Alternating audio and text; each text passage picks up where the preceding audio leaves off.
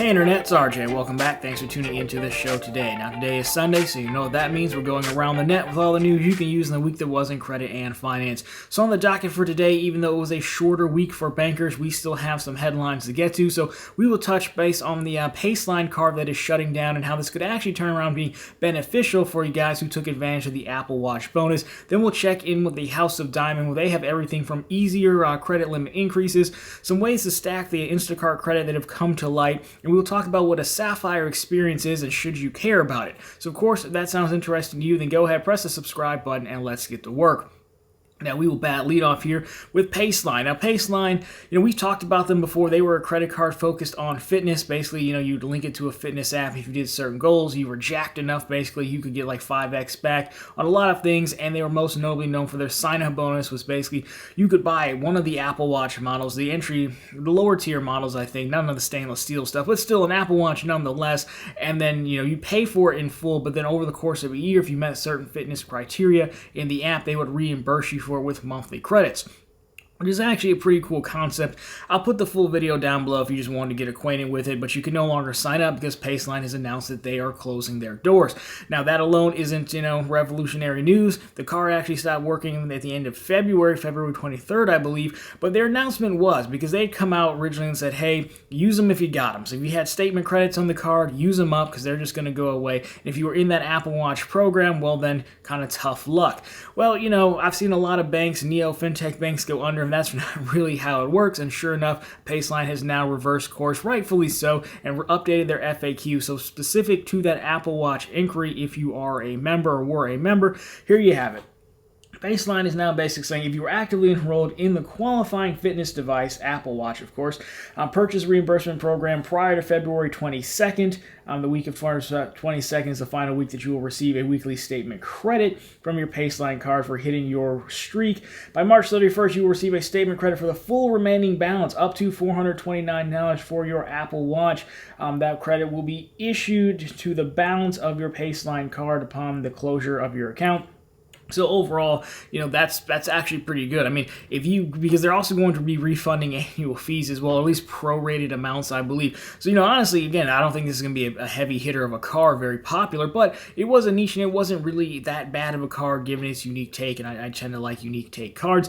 So, this could actually work out in the long run. I mean, granted, you'd probably be hitting your fitness goals anyways, but it still took you, the full year to get reimbursed.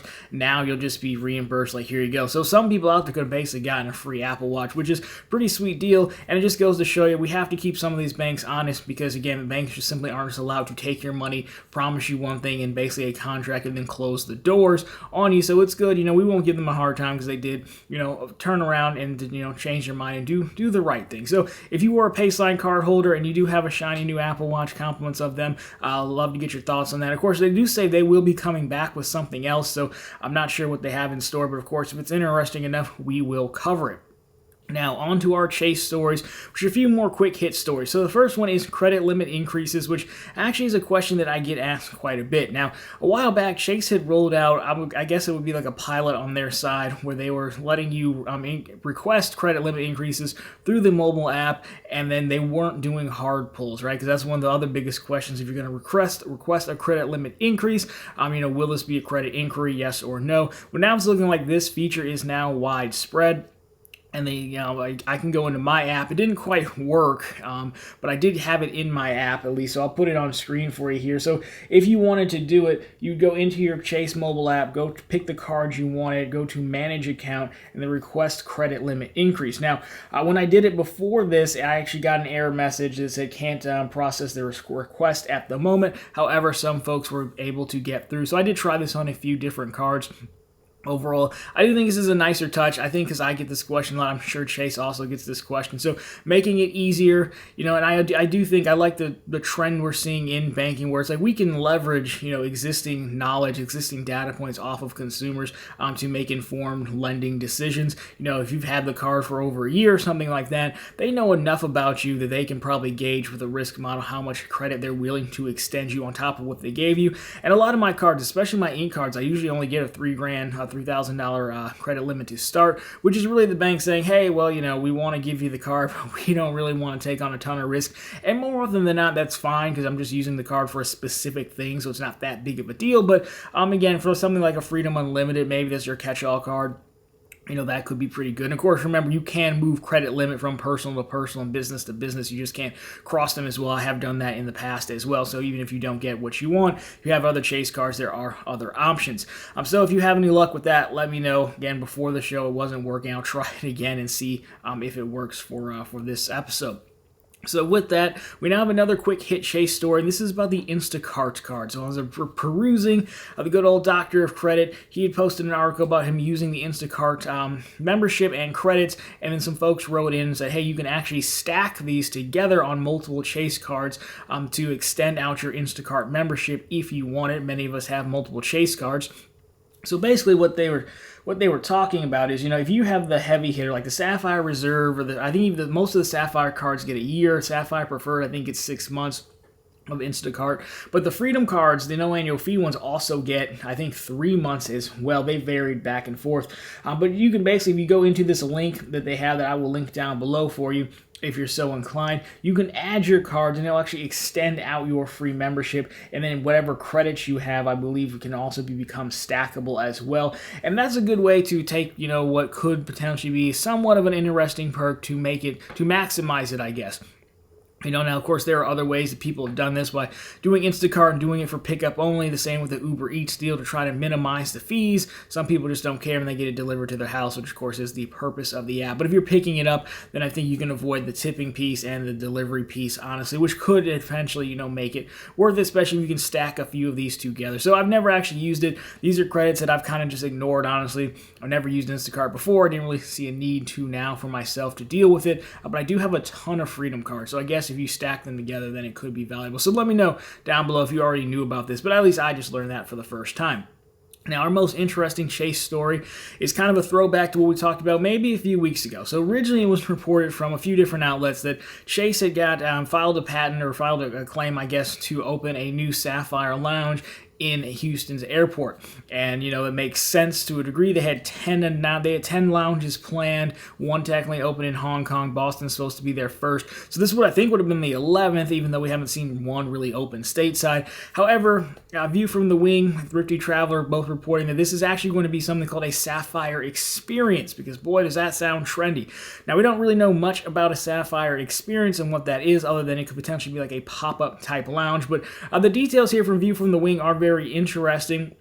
I will warn you, I think it's a little bit he said, she said type deal, but they're much more connected than this show, so let's take a look at this. I'll put some pictures up of what they have going so far. Now, the interesting piece here is going to be this quote that we'll start with. So, they were talking to a contractor who's working on the spot. Again, this is coming from View from the Wing, so it said, in part, it's going to be extremely small, probably less than 10 seats inside, outdoor patio furniture for the outdoor deck. They're taking over the free outdoor deck on the upper level near Delta Sky Club. The outdoor seating will not have any protection from the elements and this is due to open anywhere between March 10th to the 15th. Another quote, the city is not allowing them to modify the space, only to fit their items into it. The interior portion be very, very small, only patio furniture setup, so basically on the same deal. So again, you've got some pictures of the outside and what it looks like now. So what we're learning here, again, this is going to be like a 2-year temporary spot. Obviously, they can't really build anything or customize it the way you've seen a lot of these other lounges, really make them their own. So it's looking like you'll probably have prepackaged food, snacks, grab-and-go style. And then, more interestingly enough, this is, since it is a temporary thing, it's, again, from the View from the Wing, it's kind of a theory that, hey, there are some other lounge spaces coming available in that airport in the coming years. So really, Chase being a current tenant, maybe spending some money now, occupying this space that they probably can't really do much with for 2 years, paying who knows how much, will give them, an inside track to one of these other spaces. I think American has some lounges, and there'd be 2 other spots that would come up for grabs, and they could put their Sapphire Lounge there in the future. So It'd be interesting to see how they operate this. I mean, honestly, as the pop-up with just, snacks, I think, we know you can get in Sapphire Lounges with the Sapphire Reserve. I think at that point, you might as well just extend it to the Sapphire Preferred as well. I don't know what you do for the Freedom Cards. I've always said the Freedom Card should at least get 1 to 2 passes a year, if nothing else, to kind of try to bring you along to upgrade or get to the higher tier cards. But again, those cards are so common. I mean, Sapphire's been around forever. It's also so common, so I don't know. I don't even know how you would decide who actually goes in to get to sit down. You're talking about 10 or so seats. This is really just, to grab snacks. But in all honesty, when I talk to folks in the comments, the majority of people tell me that is what they use lounges for, whether it be Centurion, whether it be Sky Club or United. Most people, I'm going to get drink, coffee, whatever it may be, food. Maybe I sit down and I have some time, but I'm really just trying to get some stuff and go so I don't have to pay at the airport. So I think it could be almost cool to see proof of concept wise. Sapphire Experience sounds very lofty, so I think they have to do something, bring a little bit of flavor to it, even though they are limited. So if you are in the area and you want to be our live correspondent to report live from the Sapphire Experience, I would love to have you. Get your thoughts, some pictures. You know where to find me. We'll definitely get you credit. If you do that, actually send them. I think I'll let you plug a link. Whatever link you want, I will plug in that video for you if you send some pictures if you're coming through the airport. But anyways, guys, that has been the news for this week. So, of course, if you would like it, drop me a thumbs up down below. If you found it particularly interesting, consider subscribing to the channel. Of course, we're posting content just like this every week and, of course, every day on ProfitableContent.com, where we have the latest news stories, credit card, and bank bonuses as well. So, of course, go ahead and check that out. Of course, question for you guys. Let me know what you think about this. Yes, a shorter week, but still some interesting updates from the House of Diamond. Love to hear your thoughts on that, as well as what else you've seen going on in the news this week. Anyways, guys, that's going to do it for this one. As always, thank you so much for watching. I'll talk to you very soon in the next one.